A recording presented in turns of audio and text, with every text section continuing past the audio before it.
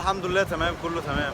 الحمد لله نجحت، بس خدت مادتين كده معايا سمر كورس يعني عشان اعرف اعلي الجي بي بتاعي وكده. سمر كورس يعني ساقط؟ لا انا مش ساقط، اخد مادتين عشان اعلي الجي بي بتاعي. ايوه يعني ساقط برضه. لا مش ساقط، صوت حاجه والجي بي. هو حضرتك مش فاهم؟ لا يا حبيبي فاهم انك شلت مواد وسقطت، فاهم. سقطت ايه؟ بقول لك ما سقطتش، اخدت مادتين عشان اعلي الجي بي بتاعي. ايوه يعني ساقط. مش ساقط حضرتك، عادي، ما في ناس من الاوائل يا حبيبي انا فاهم. انت في الاول وفي الاخر اسمك شايل مواد واخدها سمر كورس، بس اسمك ايه؟ ساقط. تحيلك بقى شويه عشان تعرف تنجح. حضرتك انا ناجح. هو حضرتك اصلا عارف يعني ايه نظام جي بي ايه؟ اكيد طبعا فاهم يعني ايه نظام جي بي ايه، يعني ساقط. هو حضرتك حافظ مش فاهم؟ ما تفهم.